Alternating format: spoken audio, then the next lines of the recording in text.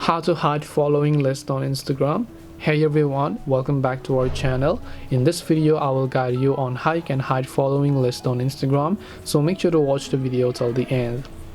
If you want to hide following list, I understand what you mean.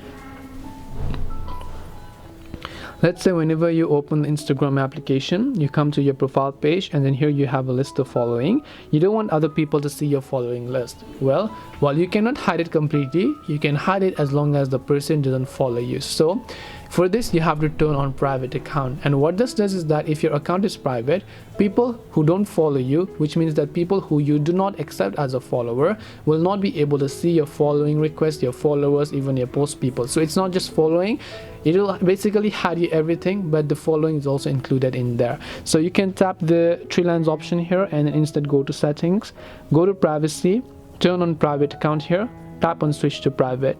Once it switch to private account, next time whenever someone actually asks you to follow you, if you don't accept their follow request, they will not be able to view your account photos and followings and so on.